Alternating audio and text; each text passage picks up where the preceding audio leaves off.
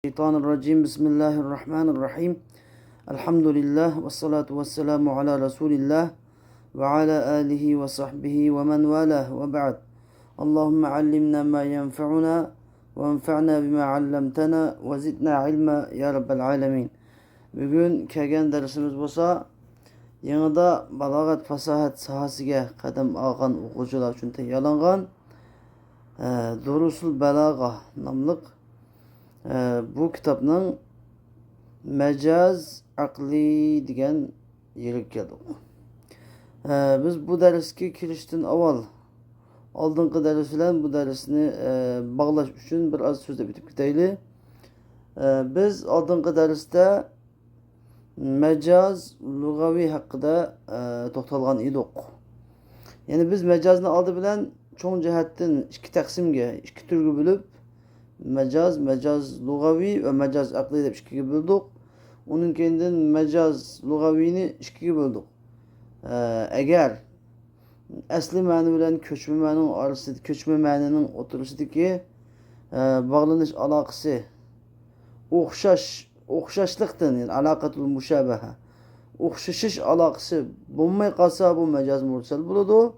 Agar asli ma'no bilan ko'chma ma'no orasidagi aloqa o'xshash aloqasi bo'lsa, bu majaz istiara bo'ladi deb ayirib o'tib ketgandik. Undan keyin bir qancha turlarga har xil jihatlar, har xil e'tiborlar bilan bir qancha turga bo'lgan edik. Endi bugungi darsimiz bo'lsa majaz aqlini so'zlaymiz. Endi oldi bilan biz majaz aqliniki ismini atalg'usini bir tunishib o'taylik. Majaz aqli, majaz lug'aviy, majaz aqli. Majaz lug'aviy degandan ismidan biz bu tilga oid bir ko'chma ekan deganni tushundik. Chunki bu majaz lug'aviyning va e'tibor qilindig'ini qarina. Majaz lug'aviydagi qarina qarindoshlar lug'atdan kelgan bo'ladi. Qo'y bu qarina naq maydonda uchuq og'izga tilga ilingan yoki yozilgan bo'lsin. Mesela fulanun yetekellemu bid-durar deb işte o'tgan misolda kerak mesela. Falani unchi marvoyatlar bilan so'zlaydi. Ya'ni unchi marvoyatdek go'zal, chiroyli so'zlaydi. Mesela mishada qarina uch oshkor tilga ilingan. Qarina qolsa haqiqiy ma'noni iroda qilishdan to'sqinlik to'sib turadigan qarina bo'lsa yetekellam degan so'z. Fulanun yetekellemu bid-durar. Bir adam uncha marvoyat bilan gap qilolmaydi. Gap deganda chiroyli harflar bilan, ovozlar bilan qiladigan gap. Demak, bu yetekellam degan so'z qarina lafziya mana bu yerda. Qo'y bu qarina masalan bunda uch oshkor tilga ilinmagan bo'lsin. Lekin tilga ilinmagan bu qarina ma'naviya bo'ladi, lekin shu ma'naviya bo'lgan qarinamu nimadan ilingan bo'ladi? Tildan ilingan bo'ladi. Ya'ni tilga oid bo'ldi masalan. Alloh taolaning qavlidagi yec'aluna asabi'ahum fi azanihim degan qavlga qaraydigan bo'lsak, ya'ni ular barmoqlarini, ya'ni barmoq uchlarini quloqlariga o'yitib oladi degan yer qaraydigan bo'lsak, mana shu yerda asabi degan so'z asli qo'yilganda barmoqning uchidan tortib barmoqning tuyigacha komil bir barmoqlar qo'yilgan. Lekin Alloh taolaniki maqoladagi bu yerda iroda qilinadigan bo'lsa, aloqatul juz'iy aloqasi bilan, ya'ni anamil iroda qilinadi. Anamil, ya'ni barmoqning uchi. Chunki quloqning ichiga barmoqniki hammasi patmaydi, balki barmoqning uchi patadi. Anda bo'lganda bu yerdagi qarina, ya'ni haqiqiy ma'nodan to'sib turadigan qarinamu, chunki barmoqning hammasi quloqning ichiga kirmaydi. Anamil kiradi degan gap bu endi tildan kelgan, lug'atdan kelgan. Lug'atdan kelgandan bu qarina ham uchuq tilga ilinmagan bo'lsa-mu ham nimaga oid bo'ladi? Tilga oid. Ya'ni majaz lug'aviy shu sababdan qarina ma'naviy bo'lgan taqdirda majaz lug'aviy kirdi. Yaj'aluna asabiyahum degan bu tur. Endi bizning majaz aqliy desa, bu yerdagi qarina qarindoshlar aqliy bo'ladi. Qarina aqliy bo'ladi. Ya'ni lug'at orqali bilgili bo'lmaydi buni. Masalan, biz nimaga qaraydigan bo'lsak, masalan, Enbeter rabi'ul bakle degan so'zga qaraydigan bo'lsak. Enbeter rabi'ul bakle. Bir şeyde bahar ot yaşını ündürdü degan bu cümle qaraydigan bo'lsak, bu cümlede cümlenin özüde qarasanız hiç qandaq bir nima yo'q. Xatolik yo'q. Cümlenin özüge hem bu mecaz aqlida biz cümlenin özüge qaramaymiz. Cümlenin özüge emas, belki mutakellimga qaraymiz. Bizning nazarimiz o'sha cümlenin so'zligida bo'ladi.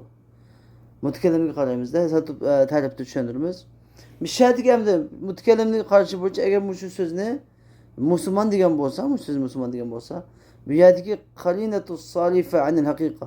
Haqiqatdan adam bizni cho'rib o'tadigan qarina nima bo'ladi? Aqliy bo'ladi. Lug'atdan hech qanday nima yo'q. Albatta rabiul baqi degan so'zning o'zida lug'at jihatdan hech qanday qarinasi yo'q, bilgan olmaydi. Buni aql bilan alaymiz. Ya'ni asli bu bahar degan ot yoshni undiradigan haqiqiy ündürgücü emas, belki bu bir sebep. Ot yaşının ünüşüge bahar bir sebepçi. Bunu östürgücü olsa, ündürgücü olsa Allah'tır degende biz aklımız arkalık. Yani Müslüman bizdeki akidesi arkalık bilaleydi. Demek bir yerdeki karineni biz akıl arkalık bildik. Dep şunu olan bu mecaz, akli degen isimnin, mecazı bu akli mecazken degen isimni müşen ağan kendi bunu düşüngen oldu. Ama bu mecaz aklının yeni bir ismi var arkadaşlar. O ismi olsa mecaz, isnad mecazi deyimiz. İsnad mecazi. İsnad mecazi diyormuş mecaz aklının üzü ikisi, bir isim koyulan iki isim. İsnad mecazi diyen qaysi cihet göz tutulgan bu isimde ise. Yani çünkü bu mecazda yani isnad bilen kılıngan mecazda bu. Yani musnet. Bu mecazın onun musnet buludu, musnet. Bizde musnet ileyhi, musnet isnad deb shunasi bor. Mana mushu musnet, mushu isnad mecaziniki o'rni buludu. Mushu musnet ileyhiga isnad qilinmay, haqiqiy musnet ileyhiga isnad qilinmay, boshqa narsalarga, boshqa aloqalar sababli boshqa narsalarga isnad qilinsa, mana mushu nima buludu? Isnad mecazi buludu. Ma jihatda buni isnad mecazi deb ism qo'yilgan. Hem de biz mecaz aklını düşünüp ötken bulduk. Hem de biz bununki musannifniki mecaz aklını düşündügen tarifi qarab bakaylı. Musannif bizge dedi ki el mecazul akli huve isnadul fi'li ev ma fi ma'nahu ila gayri ma huve lehu indel mutekellimi fi zahiri li alaqatin. Böyle düşündüğümüzde böyle tarifledi. Biz her kandak bir tarifni düşünüş için ilmin mantık kaidesi bu için düşünsek daha yaxşı düşünürüz. Hem de biz bir yerde isnadul fiilni xuddi bir cinsinin o'rnida ko'ramiz. Isnadul fiil. Mecaz akli degan muarraf bir yerde. At-ta'rif isnadul fiildan boshlanadi. Isnadul fiil degan bir cins, bir keng bir doira. Fiilni isnad qilish. Aldı bilen bir tercüme ütey bunu. Yani ayağın başlayacağımız tercümemizde yani li alaqati degan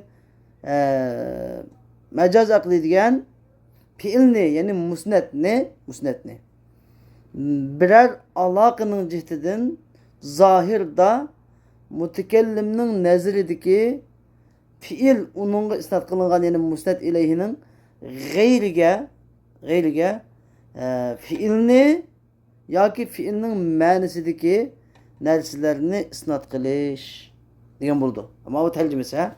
Endi biz bu tercümeni birden iş bitimiz.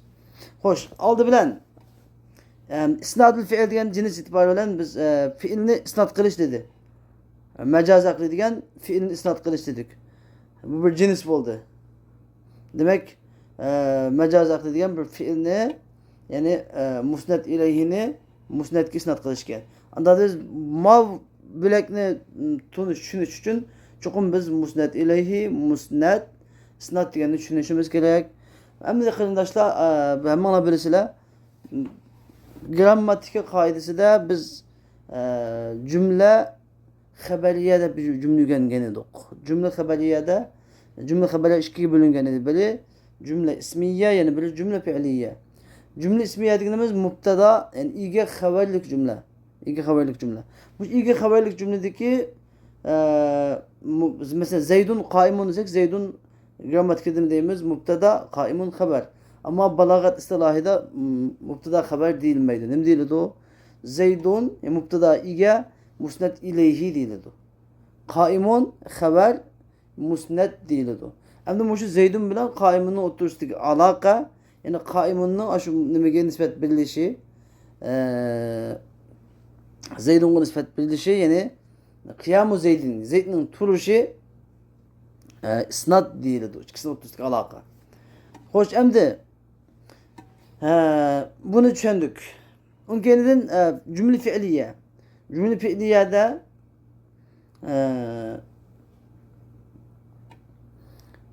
mesela kâme Zeydun. Kâme Zeydun desek müşahedeki kâme gramatikede kâme fiil Zeydun fail deyimiz.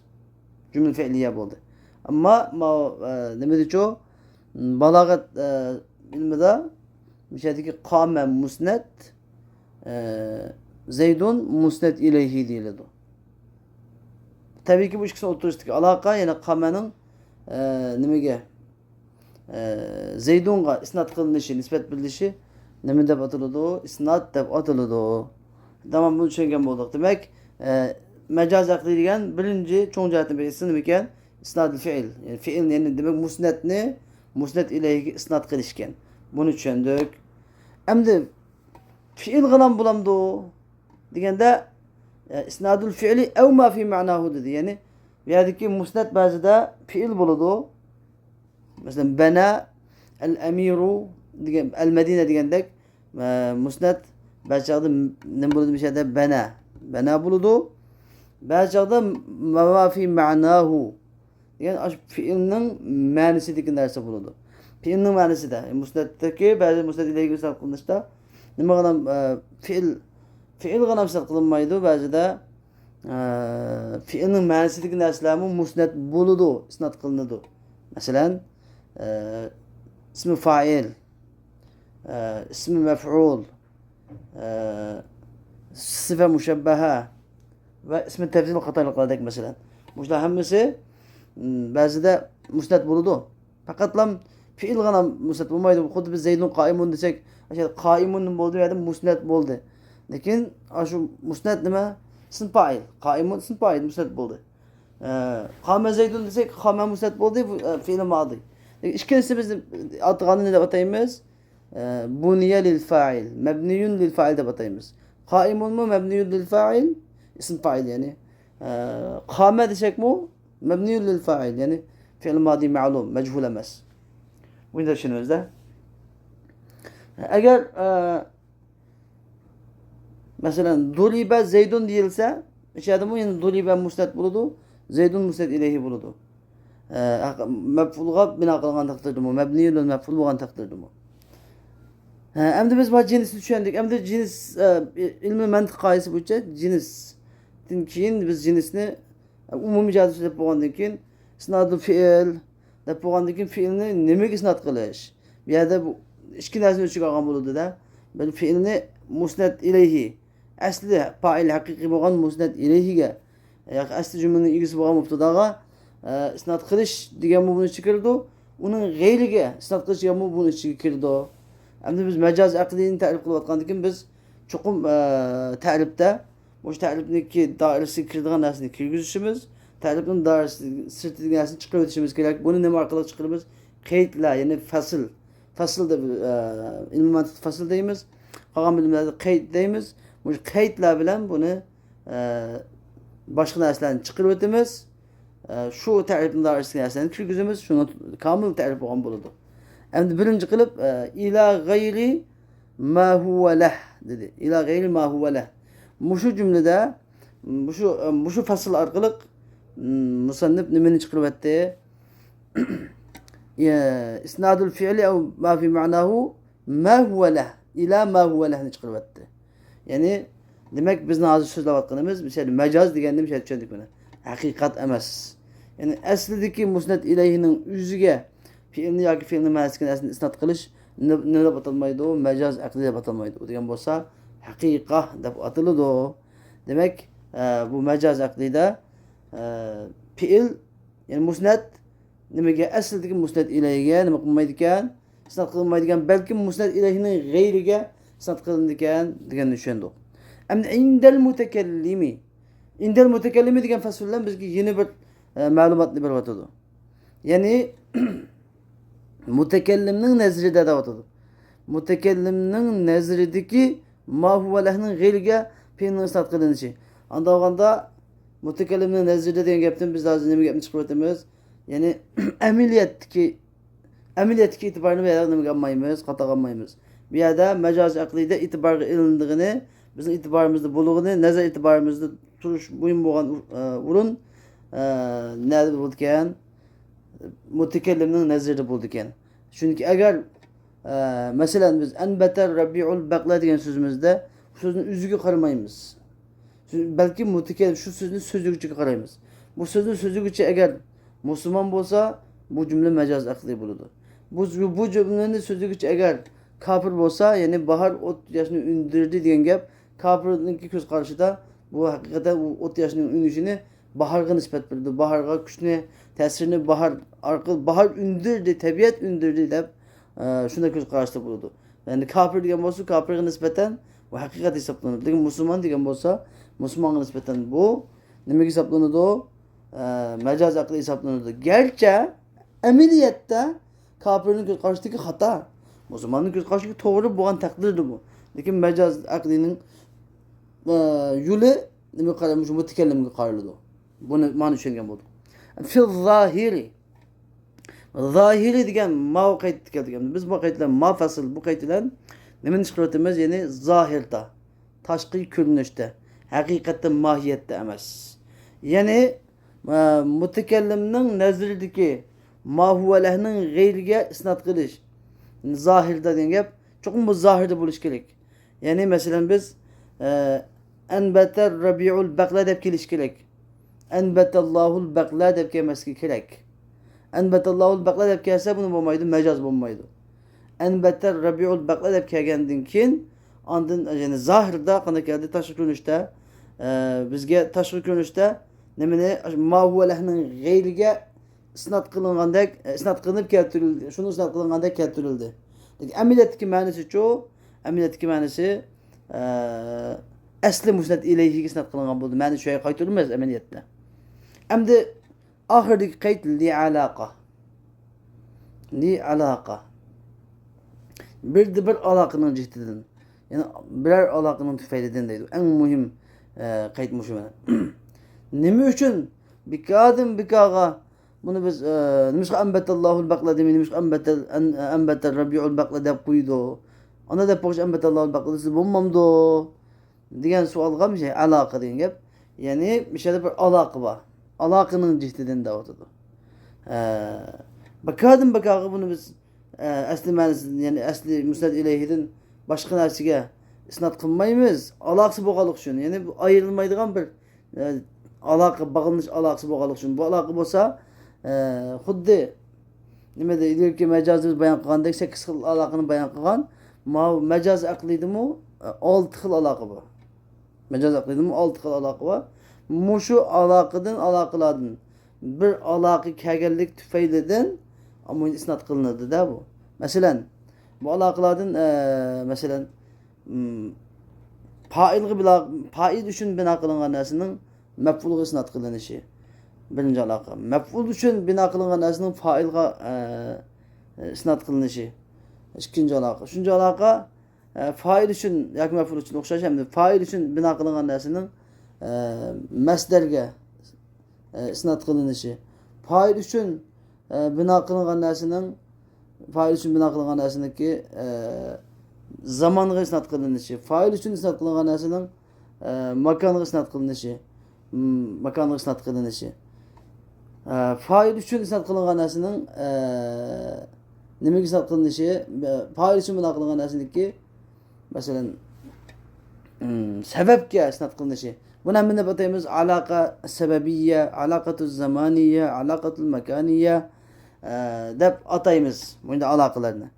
Shunday bir aloqalarning jihtidan ammo shu asli musnad ilayhiga isnat qilinishdi, nimaga o'tkaziladi? Musnad ilayhining g'ayriga isnat qilinadi.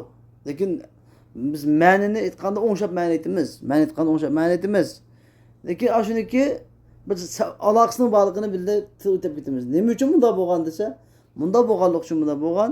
Masalan, biz nahrun jarin desek, masalan, nahrun jarin desek, nahrun jarin degan jumlada masalan jarin degan so'z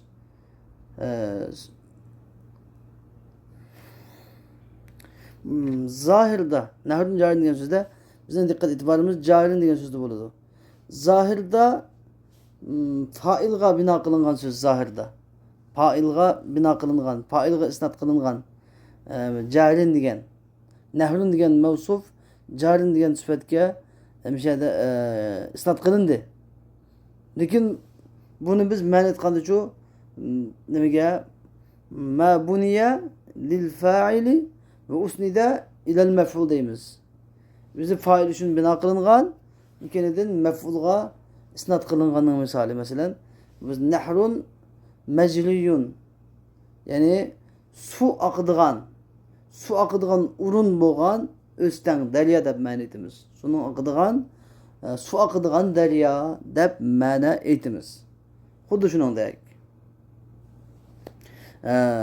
Endi musannif bizga misol keltirib o'tdi demaydi. Nahu qavlihi, shoirning qavliga o'xshash deyotdi. Tabiiyki bu shoir, buni yozgan shoir musulmon bo'lganlik uchun buni bizga misol keltirib o'tdi. Ashabas sagira ve afnal kabir kerrul gadati ve merrul ashi. Yani küçük balının çiçini akatı etti. Çoğun adamını tügeştirip etti, tügütüp etti. Yok kılıp etti. Nima dese kerrul gadati ve merrul ashi. Ettigelliknin tekrarlanışı, keçqurulluqның ütüşü devatıdır. Benim işyada cümleyi qaydıgan bolsak, musannif deydi ki فَإِنَّ إِسْنَادَ الْإِشَابَةِ وَالْإِفْنَاءِ إِلَى كَرِّ الْغَدَاتِ وَمُرُورِ الْعَشِيِّ إِسْنَادُ إِلَى غَيْرِ مَا هُوَ لَهُ devatıdır. Çünkü mişada işabe, çaşını akatışını ve tügütüşünü, yok kılışını ettigeliknin tekrarlanışıga ve keçqurulluqның ütüşüge isnat qilish qanday qilganlikdir desa, ma huwa lahning g'ayriga isnat qilganlikdir. Yani asli musnad ilayhiga isnat qilmay fi'lni musnad ilayhining g'ayriga isnat qilganlikdir. Nimish qazi? Chunki idil mushibu vel mufni fil haqiqati huwa Alloh taala. Chunki bu yerdagi chashni oqatquchi ve narsalarni yo'q qiluvchi, bor qiluvchi bo'lsa haqiqatda Alloh taolodir. Davatda ham siz savol qildimyada savolimni. Nima uchun anda olsa bu shuni aytganlikni zamonning o'tishiga buni isnat qildi degan savol kelsa, buning bildigan javob chunki bu yerda bir aloqa bor, bir aloqa. Bu aloqa bo'lsa, yani aloqatu sababiyya, sabab maqsadlik aloqasi. Yani zamonning o'tishi kichik bolalarniki yeshini cho'ngib qirishiga va cho'nglarniki ulab tugab ketishiga sababchi. Shuni tarjima qilganda tarjima qilamiz. Yani zamonning o'tishi kichik bolalarniki cho'ngib qirishiga, cho'nglarniki yo'qolib ketishiga sababchi bo'ldi deb ma'ni etamiz. Endi bizga musannif nimani so'zlayotdi? Majozi aqlining qatoridan tuvandikilar deyotdi. Yani bizga majozi aqliniki aloqalarini bayon qilib o'tdi. Majozi aqlining qatoridan isnadu ma buniya lil fa'ili ila al maf'uli nahu ishatin radiyah. Majozi aqlining qatoridan fa'il uchun bino qilingan narsani maf'ulga isnat qilish. Masalan, ishatir radiyah deganga o'xshash. Mushu fahuva fi ishatir radiyah degan qavlga qaraydigan bo'lsak, majoz aqlini uch qilib olamiz. Mishada fa'il uchun bino qilingan narsa diqqatimizni qarash kerak, radiyah degan so'z qarash kerak. Men oldida so'zlab o'tgandek, bu majoz aqlining o'rni nerede? O'rni cümledeki musnad ilayhi bilakda emas, musnad bilakda bo'ladi. Musnad bilakda bo'ladi birinchi. Endi ma cümledeki işetir radiyede musnet bile kası dese işetir radiye degan kamil cümle. Fehuve fi işetir radiye degan fehuve. Fehuve degan müşahede mubtada. Bu olsa musnet ileyhi bilek. Fi işetir radiye degan asli fehuve kainun fi işetir radiye. Fi işetir radiye fi işetin radiye degan kamil haber. Muş kamil demeniki fehuve degan mubtadanın haberi buludu. Emdi demek haber olgandaki haber degan musnet. Demek bizden dikkatimiz şu musnet bilekte. Bir yerdeki mecaz akli şu musnet bilekte buludu. Ama şu musnet bilekinin içinde mi nerede buludu? Yani mevsufnun sıfatı buludu. İşetin degan mevsufnun sıfatı radiyede buludu. Ama şu radiye. Emdi radiye degan asli nimaga ben 5 so'zlab o'tganda fiil isnodi fiilni bino qilish va fiilning ma'nosidagi narsani deganda fiilning ma'nosidagi narsani ya ism fa'il bo'ladi ya ism maf'ul bo'ladi deb tushunib o'tgandim. Bu yerdagi radiya degan so'zmi nima fa'ilga bino qilingan ism fa'il radiya. Ism fa'il deb qo'yamiz. Fa'il uchun bino qilingan narsa shakl. Endi mushu shakl radiya degan shakl nimaga isnod qilindi? Isnod qilindi deb amaliyotda bu yerda maqsad qilingan, iroda qilingan, asosiy maqsad qilingan nima desa, mardiya, maf'ul iroda qilinmoqchi. Radiya degan so'z keldi, mardiya iroda qilindi. Nimishqa? Sabab nima desa, chunki bu yerdagi aloqa maf'uliyya deymiz endi. Aloqa maf'uliyya deb qo'yamiz. Yani tig'imi aniqlab tushunsak, chunki Eyşe degan turmush degan gap. Turmush degan rozi bo'ladigan narsa emas. Turmush degan rozi bo'ladigan narsa emas. Rozi bo'ladigini turmushda yashayotgan odam, shu rohat farog'atlik turmushda yashayotgan odam rozi bo'ladi. Endi shu sababdan bu yerdagi rodiyaga aql orqali biz, ya'ni turmush rozi bo'ladigan narsa emas degan qarina aqliya bilan biz nimani asli turmush degan rozi bo'linadigan narsa ekan. Turmush rozi bo'linadigan maf'ulluq degan bu yerdagi aqliya bilan biz bu yerdagi aloqa asli ma'nodan ko'chma orasidagi aloqa aql maf'ulluq aloqasi ekan. Rodiya degan ism fa'il bo'lgan taqdirda lekin turmushning o'zi rozi bo'lmaydi, balki turmushdagi rohat farog'atda yashayotgan odam rozi bo'ldi ekan. Bu yerdagi maqsad ya'ni rozi bo'linadigan turmushda bo'ladi deb ma'no etadiganmiz. Deymiz. Bir adam savol kelsa demiş qilmisi ishatin nimishqa buni biz bu yerda radiyani nima qaytsak bo'lmamdi? Halaqa turmushdagi odam qaytsak bo'lmamdi desa, bo'lmaydi. Nimishqa bo'lmaydi? Chunki agar Alloh taolo bu yerda fahu fi ayshatin radiya din biz nimani iroda qilmoqchi bo'lgan bo'lsak edi, turmushdagi odamni shu fahu fi ayshatin radin deb qo'ygan bo'lsa, u şu maishatda rozi bo'lishdi deb aytgan bo'lsak, bu radin demay radiyah dedi. Demek bu yerda bizning iroda qilganimiz shu maishatga turmushgan. Ammo bu turmush mardiya ma'nosi bilan ekan.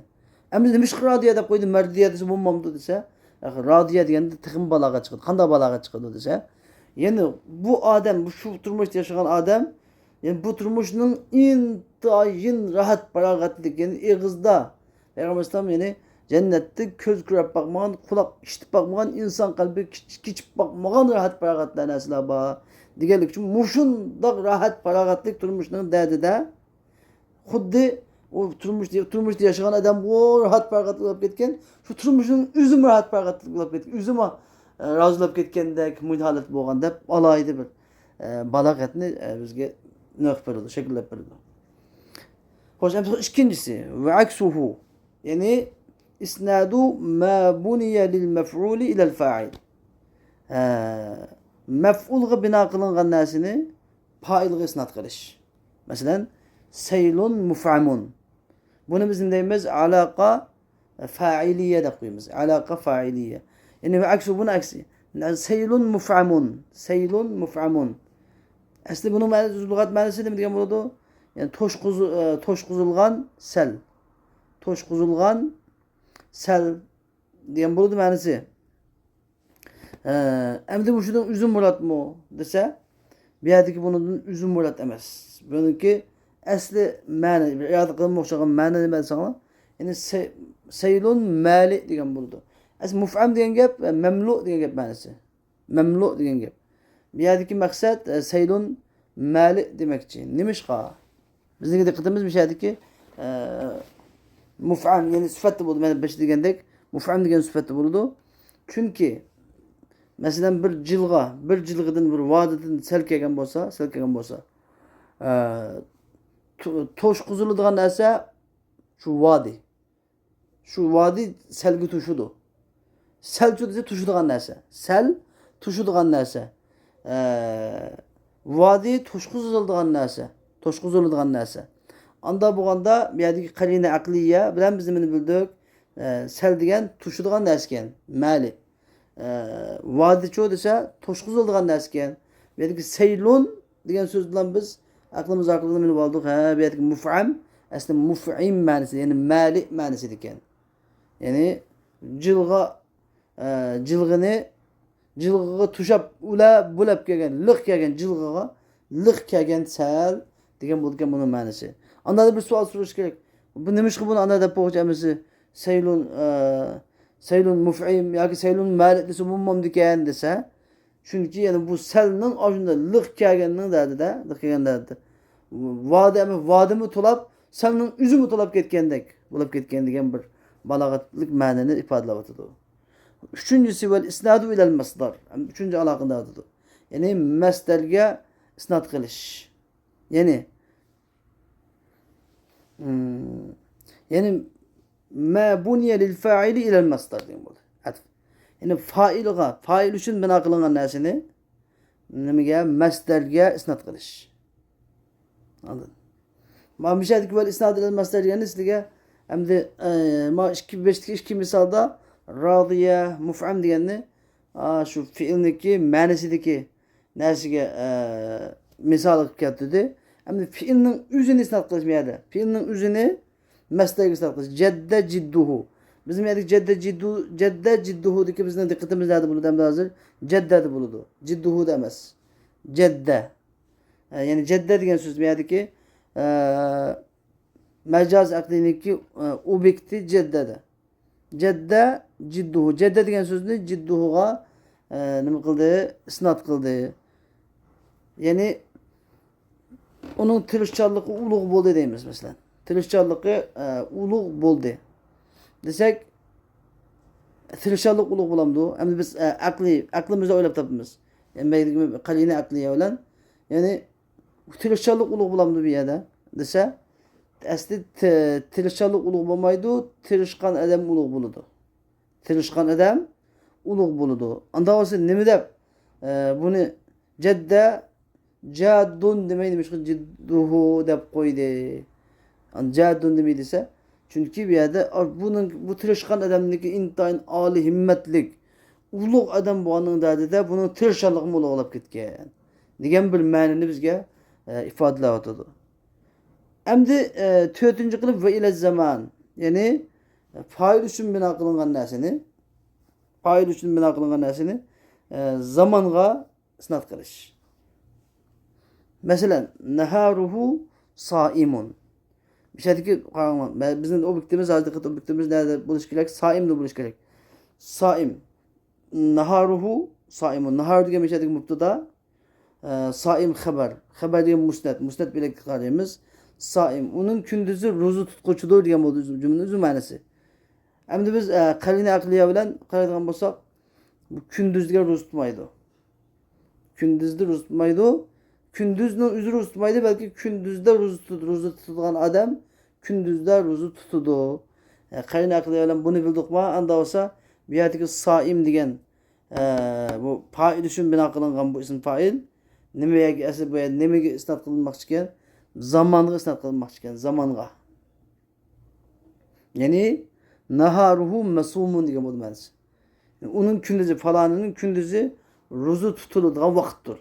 Yani o adam davamlık nima ish qiladi deb tamashlaydi, bir savol so'raydi. Anda deb o'g'ilcha u fin nahariya sumdum degan desa, ma'noda bir balog'at chiqadi. Ya'ni bu odam davomli kunduz ro'za tutganlik uchun, ya'ni kunduzning o'zi ro'za tutgandek bo'lib ketgan. Kunduzning bu odamning kunduzi ro'za tutgandek bo'lib ketgan degan bir ma'no ifodalayotdi. Naharuhu saimun, ya'ni bu odamning Kündüzü rozu tutuladigan vaqtdir degan bo'ldi. Va ilal makan. Endi ba'zida makonga isnat qilinadi. Ya'ni fa'il uchun bino qilingan narsa makonga isnat qilinadi. Masalan, jarin. Nahrun jarin. Bu aloqa makoniya deb ataladi. Masalan, nahrun jarin deb kelsa, oqquchi o'stan, oqquchi daryo, oqadigan daryo deb kelsa, biz mushu oqadigan daryo degan so'zga qaraydigan bo'lsak, bu yerdagi qarina aqliya bilan biz nimani bildik? Daryo degan oqmaydi bu yerda. Daryo oqmaydi, daryoning ichidagi suv oqadi deganni bildik. Unda bo'lsa, bu yerdagi bizning diqqat e'tiborimiz jarin degan mushu sifatda bo'ladi. Nahrun jarin degan diki cümledeki yoki so'zdagi jarin degan sifatda bo'ladi. Mushu sifat jarin ism fa'ilga bino qilingan shakl bu. Bundan nima iroda qilmoqchi desa, bundan ism makonni iroda qilmoqchi. Ya'ni suv oqadigan makon. Ma yajri fihi al-ma yoki majriyun, nahrun majriyun. Ya'ni suv oqadigan daryo degan bo'ldi buning ma'nosi. Da'vatdir. Altıncı aloqa bo'lsa ve ile sebebi nahu bana emirun el medinete. Yani fail üçün bina qilingan narsani sebepga isnat qilish. Buni aloqatu sebebiyye deb ataladi. Masalan, emir, bey, hakim, podshoh shahar bino qildi degan masalada qaraydigan bo'lsak, biz müşahedeki qarina aqliya bilan nimani bila olamiz? Emir shaharni bino qildi, shahar soldi demoqchi bo'lsak, emirning o'zi qurilishchilik qilib shahar solmaydi. Buni kimlar soladi? Qurilishchilar, binokorlar soladi deganni bila olamiz. Unda bo'lsa, nima uchun bana emirul medine deydi buni desa, chunki bu yerdagi aloqaning jihatidan. Bu aloqa nima desa, aloqa bo'lsa sabab. Ya'ni emir shu shaharni bino qilishga buyurganligi, farmon tushganligining jihtidan bu shahar bino qilindi. Qurilishchilar shu sababdan bu binoni soldi. Shuning uchun bu yerda bana emirul medina deb shu sababchi bo'lgan. Buni ma'no aytganda biz emir shaharni barpo qilishga sababchi bo'ldi deb ma'no aytsak, intan to'g'ri ma'no bo'ladi. Mana bu sherdagi mushu bana emirul medina degan qaraydigan bo'lsa, ta'rif udun bo'ldi qildim. Isnadul fi'li ila g'ayri ma huwa lah. Ya'ni shu bana degan fi'l nima sherdagi musnad bilak. Jumladagi musnad bilak bana degan fi'lni nimaga o'ziniki fa'ili haqiqisining g'ayriga ma huwa lah emas, ma huwa lahning g'ayriga isnad qilish. Ya'ni shaharni amir bino qildi desak, Müşahedeki asli shaharni bino qiluvchilar, quriluvchilar, binokorlar, me'morchilar. Lekin amir shu shaharni bino qilishga buyruq berish bilan sababchi bo'lganligi uchun amirga nisbat berildi. Bu fi'lning o'zi, bino degan fi'lning o'zi amirga isnat qilindi. Mana mushularning hammasi nima deb ataladi? 6 dona sabab, 6 dona aloqa. Ya'ni asli musnad ilayhidan boshqa bo'lgan narsalarga isnat qilishdagi aloqa 6 xil aloqamish. Endi musannif bizga da'vat etdiki va yu'lamu mimma sabaqa, mush ilgari o'tgan so'zlardan annal majazal lugaviyya yakunu fil lafz. Majaz lugaviy degan lafzda bo'ladiganligi, majaz aqliy degan isnatda bo'ladiganligi bilinadi deydi. Biz shuni bildik. Biz so'zlab bitib bo'ldik. Endi biz kinoyaga keldik endi.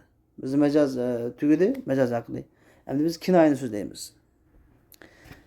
Endi kinoya degan amaliyat lug'atdagi ma'nosi bo'lsa, yepiq so'zlash degan bo'ladi. Kinoya deganning lug'atdagi ma'nosi yepiq so'zlash.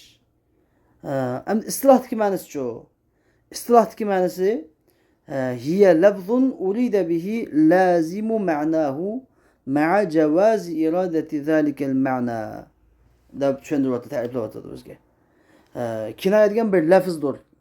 Lafz degan gapdan biz og'zimizdan chiqqan gap. Tamam, bu jins so'zlandi.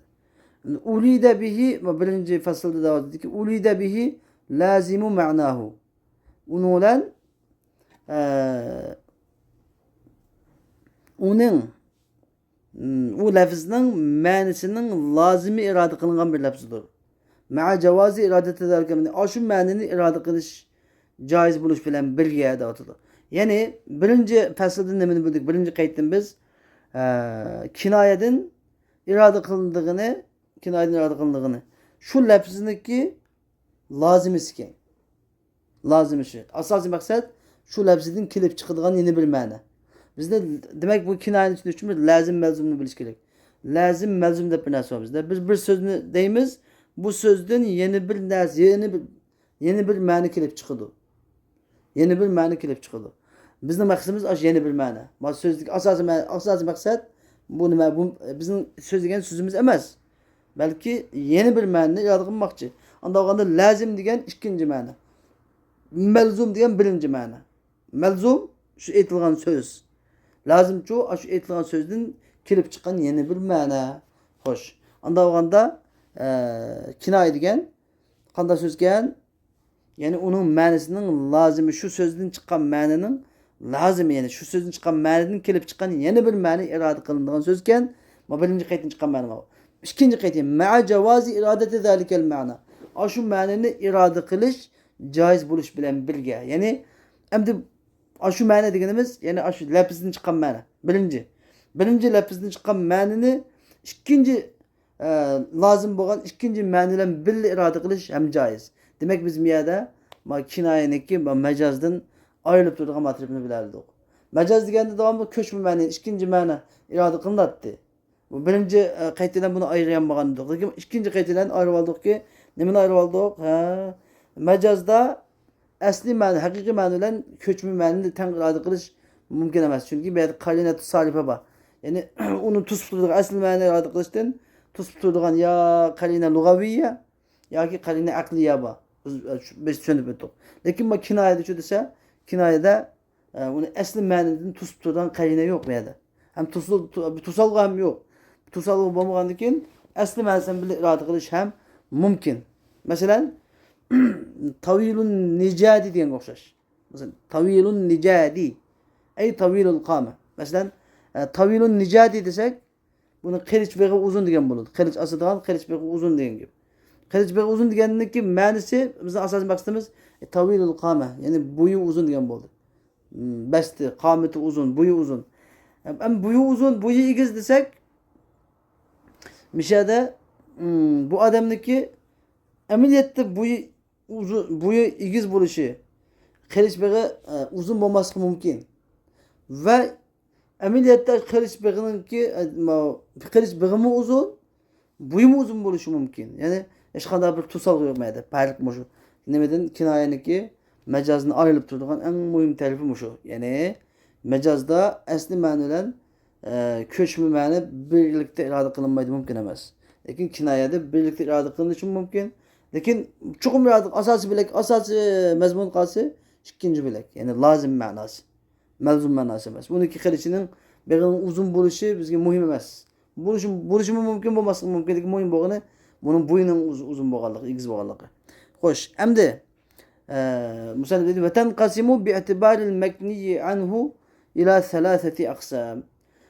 Kinaya mekniyi anhu itibarı bilen üç kısım kılındı. Bizde asası taksim de bir nasıl var. Asası taksim diyen. Yani bizdeki itibar bilen bölümümüz. Taksim kılıp bir neslerini, bir ma'nilarni yoki bir so'zlarni bileshi taqsimlarga bilib tushuntirishda ta'rif qilishda e'tiborlarga qaraymiz. Shu e'tiborning o'zi asosiy taqsim deb ataladi. Endi biz kinoyani makni anhu e'tibor bilan deymiz. Anda hozir makni anhu degan nima? Demak biz kinoya degan shu so'zni shu kinoya uslubiga qo'yilgan bir ism komil. Bu yerda ikki dona tarafi bor kinoyaning. Birisi makni anhu, yana bir makni bih. Makni anhu deganimiz lazım. Yani ikinci mana. Bizdeki tavilun nicat degan sözdeki tavilul kâme degan mekniye anhu buludu. Tavilun nicat degan söz mekniye bih buludu. Demek mekniye anhu'nu düşündük yani tavilul kâme yani kinayenin manisi. Kinayede asli işaret kılınan mana şu söz için kinoya qilingan narsa nima deb ataladi? Makni anhu. Mushu makni anhu itibar bilan, nechun ma'ni itibar bilan, ya'ni kinoyaning ma'nisi itibar bilan kinoya 3 qismga bo'linadi. Birincisi kinayetun yekunul makni anhu fi sifa. Birincisi makni anhu sifat bo'lgan kinoya. Makni anhu sifat bo'lgan kinoya. Ya'ni buni chiqadigan kinoyadan chiqadigan makni anhuning ma'nosi sifat, ya'ni mavsuf emas. Yani bizde 3 narsa var bir yerde: sıfat, mevsuf, nisbet. Yani bazıda mekni anhu'nun buluduğu sıfat buluduğu, bazıda mekni anhu mevsuf bilen sıfat arasındaki nisbet buluduğu, bazıda mekni anhu mevsuf buluduğu. Şunu hem de birinci kılıp o mekni anhu bazıda sıfat buluduğu. Mesela ke kavlil khansai, Hansa radıyallahu anh'ın kavli okşaş. Hansa degen kimdi sana? Hansa degen sahaba ayal. Cahiliyetni mutabqan, İslamni mutabqan, İslamda intayin İslam yaxşı bolgan, intayin cesaretlik ayallardan ve intayin katta yani meşhur şairlerden, meşhur şaire. Mesela bu zat bizniki 4 tane oğlanı Hadisiye canada şehit bergen idi. 4 oğlu şehit bolgan idi. Şu çağda intayin tesirlik sözlerini kılgan idi ve razı bolgan idi. Ömer radıyallahu anhu intayin razı bulup şu 4 oğlu için nurgulgan maaşlarını belgilegen idi.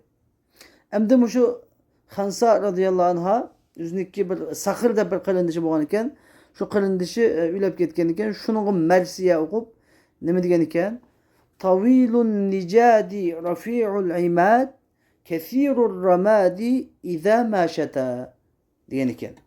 Yani tavilun nicat, buna bu sakır diyen kılındışım tavilun nicat diyen kılıç pek uzun idi, yani boy besti intayin kametli igiz kişi idi.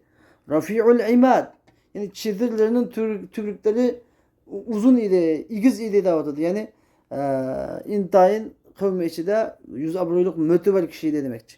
Kesirur ramad, külü intayin köp idi deydi. Yani intayin mert kişiydi. İza ma şeta diyen gep, yani kışlıklap kalgan çağda diyen gep, nimi diyen gep, kışlıklap kalgan çağda diyen gep, Araplarda sehi adamlar bu çağda yazda adamlar sehilap gitti diken, hormalar çıkıp durgan diken, ot çöpler bolgan diken, mal var Allah. O çöplerini hep süt köp çıkıp durgan diken, kelgen mimarlık sütlerini kuyup durduğun, dostlarını sep durduğun yazlıktan kışlık olganda münasip olmagan diken, şu pıksık olap kaldı dikenler, sehilamı, diken cın sehi idi devatı. Yani hemmeden idam başında kışlık olap kalgan yap, hemmeden muhtaç olap kalgan çağda, hemmeden pıksık olap belgin metkan olap kalgan çağda mu, pul mallarını kenkanı takıdığın muşunda mert edem idi dep süpet diyen iken muşun mersiyası da. Hem de turidu ennehu tavilul kameti seyyidun kerim.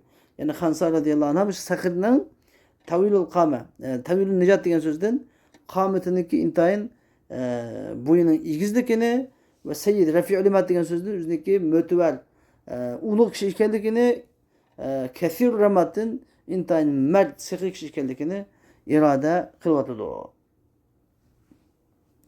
Hem de biz bu cümlede kaydıgan bolsak, boyunun uzunluğu, bununki bey ekenligi, mötüver ekenligi ve bunun mert ekenligi hemmisi süpet. Bir yerdeki kinaya hemmisi nima kılıngan? Süpet olap kelgen.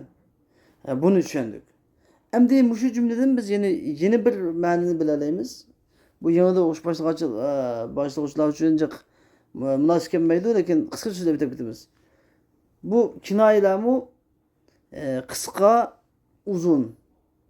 Bir söz bilen, bir vasıta bilen kinaya kılış, vasıtasız kinaya kılış, köp vasıta bilen kinaya kılış da bölündü. Hem de kin çıkıdı bazı, kin.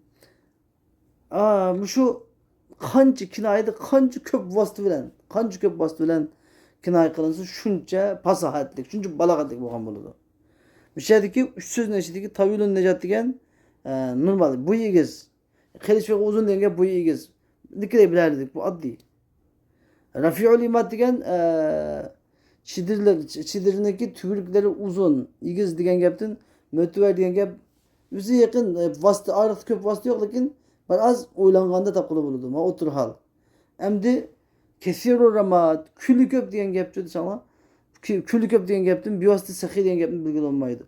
Bir kançı vasıta getirdi bunu biliş için. Nemişli külü köp çünkü bu otunu köp kalaydı. Nemişli otunu köp kalaydı tamakını köp ütüdü. Nemişli tamakını köp ütüdü. Uyga mehmon köp keladi. Nemişli mehmon köp keladi çünkü bu intayin sahi sahavatli kishi degan demak biz bir qancha vosita orqali ham maqsadga yetar edik. Bu eng yuqori pallasi degan gap. Kinoyaning eng yuqori pallasi. Xo'sh, endi biz ikkinchisi va thani kinayatun yakunul makniya anhu yoki makniyu anhu fiha nisbatan. Nahu el-mecdu beyne thawbayhi vel keramu tahta ridaihi. İkincisi kinayenin ikinci kılısı mekni anhu itibar bilen mekni anhu buna da nispet buludu. Sıfat bulmaydı. Beşinci sıfat buludu. Hem nispet buludu. Ama ikincisi de nispet buludu. Yani sıfat bilen mevsumuna oturuştaki nispet. Mesela el mecduf beyne thawbeyhi. Uluğluk bunun iki kiyiminin arasında. Vel keramu tahta ridaihi. Mertlik bunun rıdasının aslıda. Bu ya ne mi demek ki? Uluğluk degen bir kiyiminin aslı bulgan narsa mı? Sakavat degen çapanın aslı bulgan narsa mı? Dese bir yerdeki maksati yani uluğlukni ve keremni buna nispet vermek için. Uluğluk bu şu adamga nispet verildi. Bu şu adamga mensup. Mertlik bu şu adamga mensup degen gap. Çünkü bunun iki kiyiminin arasında kim ba? Bu şu adam ba. Bu şu adam bolgandan bu ululuk bunun iki kiyiminin aslında degen gap. Yani muş adam ululuk degen boldu. Mertlik bunun çapının aslında degen gap. Yani çapan aslı degen ba muş adamın üzü ba. Mertliğin muş adam degen boldu demek mertlik ve ululukla muş adamga nispet bir maksat kılıngan bir yerde. Bu ikinci türü. Mümkün aynı. Ne için bir yerde bu şu sıfat irade kılınmadı degen sual gelse çünkü mecid diyen kelam mecid diyen söz üze uçuk sözlendi bir yerde. Üze uçuk sözden geldikin yapık sözden geldikin bunu biz kinayet edemeyiz. Yani bir yerdeki maksat mevzup ile sıfatla otururken nispetleyimiz. Ve thalith üçüncüsü kinayetun yekunul mekniyu anhu fiha gayra sıfatin ve la nisbeti. Üçüncüsü mekniyu anhu bunun da sıfatının gayri ve nispetinin gayri boğan kinaye yani mevsuf. Onda mekni anhu mevsuf buludu. Sıfat mı bulmaydı, nispet mi bulmaydı belki sıfatla gücü buludu. Ki kavlihi mesela şairin kavli okşaş. اَدْضَارِب۪ينَ بِكُلِّ اَبْيَضَ مُخْزِمٍ وَالطَّاعِن۪ينَ مَجَامِعَ الْاَدْغَانِ. Bu şu sözde, şiirin kümanesinde bütey. اَدْضَارِب۪ينَ bir yerde mensup, اَدْضَارِب۪ينَ mensup demiş ka. Lil medh yani. Emdahud daribine men her bir ak yani muhzim ötkür ak olan yani ötkür ak degeni qelish demekçi. Her bir ötkür qelish bilen düşmanga yovga qilish urg'uchilarni maqtayman. Ve ta'inine mecami'al adgani degan üç adovatlar jamlashadigan yerga, üç adovatlar yig'iladigan yerga qilishlar bilan, neyzilar bilan sanjiguchilarni maqtayman da'vatidir. Mishadiki bizniki demakchi bo'lganimiz fa innahu kana bi majami'il adgani anil qulub. Mishadiki shoir majami'il adgan degan gap bilan qalbdan kinoya qilgan. Qalbni kinoya qilyapti. Yani qalb degan mavsuf. Majami'il adgan degan sifa. Majami'il adgan degan sifatni keltirib mishada. Bu yerni sifatni keltirib bizga nimani ko'rsatyapti? Nimaga kinoya qilyapti? Qalbga kinoya qilyapti. Qalb degan mavsuf. Demakchi o'g'ini, demakchi o'g'ini. Demak ba'zida kinoya sifat so'zlanib, mavsuf kinoya qilinadi. Ba'zida mavsuf so'zlanib, sifat kinoya qilinadi. Ba'zida sifat so'zlanib, nisbat kinoya qilinadi degan gap. Endi vel kinayatu men boshda so'zlab o'tgan gapimga keldi va kinoya in kathurat fiha al-vasaid. Kinoyada agar vositalar ko'p bo'lsa, bu eng kinoyaning yuqori pallasi summiyat talvihan. Talvih deb ataladi. Talvih deb nima uchun talvih deydi? Chunki talvih degan gap yiroqdagi narsaga ishorat qilish deb ataladi. Yiroqdagi narsaga ishorat qilgan bo'lsa, bu yerda talvih deydi-da. Şuna vast köp bağlılığının ayrılık yirak. Kinayedeki mekni anhu bilen mekni bihinin arası yirak. Şu yirak bağlılık için telvih de atılırdı. Mesela huve kesirur ramat. Kesirur ramat dese bunun külü köp. Ey kelim bu mert, sehir diyen oldu. Fe inne kesretel ramat çünkü külünün köplüğü testelzimu kesretel ihrak. Yani ot qalaşının köplüğünü keltirip çıkarırdı. Ve kesretul ihrak çünkü tabii ki külünümüş köp olurdu. Köp ot qalağında gün kül köp olurdu. Ve kesretul ihrak yani otlu köp qalaş testelzimu kesretel tabıkı vel habz. Yani köp tamak yetiştiğini ve köple yakışını keltirip çıkarırdı. Ve kesretuhuma emdi köple yakış köp tamak yetiş testelzimu kesretel akilin yigüçlerin köplüğünü keltirip çıkarırdı. Ve hiye testelzimu kesretel zifan. Emdi tamak yigüçlerin köplüğü mihmalların köplüğünü keltirip çıkarırdı. Ve kesretul zifan testezimul keram. Mihmalların köplüğü mert sahavetini keltirip çıkarırdı. Keltirip çıkarırdı yani şunun şu lazım kılırdı. Nimiş kut kalaydı tamak yetkili. Nimiş ki tamak yetkili edemeyecek. Nimiş ki edemeyecek mihman köp kılırdı. Nimiş ki mihman köp kılırdı bu adam intayın hayır sahavetli mert adam. Demek bir şey bölümcü vasıtalarını sözledik. Bölümcü vasıtadan geldikin bu şimdi de batadı kinaye telvihiyye. Ve in kallet eğer kinaye bilen mekni bilen mekni anhunu oturuştaki vasıta az bulap kalsa ve hafiyet eğer mehfi olsa demek vasıta az kendim dikin mehfi anda dikide kullanmadan kalın katıştı dikiştik olsa summiyet ramzen ramz deb atılırdı ramz. Çünkü ramz degenin üzündeki lügat manası mı? Bunda köz işareti arkadaş degan gap, köz işareti. Bunda qo'lda emas, köz işareti. Aytı uşatımızı bilgilamaydigan köz işareti arkadaş degan gap. Ramz deb atılırdı. Nahu huwa saminun rikhun. Huwa saminun rikhun debdi. Mesela bu semiz, rikhun yani lömlöm degan gap. Mana ma'nisi nima degan bo'ldi? Buniki g'abiyun balid, döt kalva degan bo'ladi. Nimishqa? Çünkü semizlik degan semizlik, lömlömlük degan nimani keltirib chiqaradi? İnsondagi aqldagi ostilishini, vurilishini, ostilishini, hatto to'xtab qolishini keltirib chiqaradi. Semizlik, tomoqning ko'payishi degan. Shu sababdan ma fokalak lömlöm desa bir odamni. Fokalak lömlöm deb qo'ysa, ya'ni döt kalva degan bo'ladi. Shunga kinoya qilgan bo'ladi deydi. Lekin bu kinoyani vasita az, boshqa ayrı vasita yo'q. Lekin nima kalını abdan işletgenden kuludu. Bu kullanmaydı. Ve in kallet fihal vesait.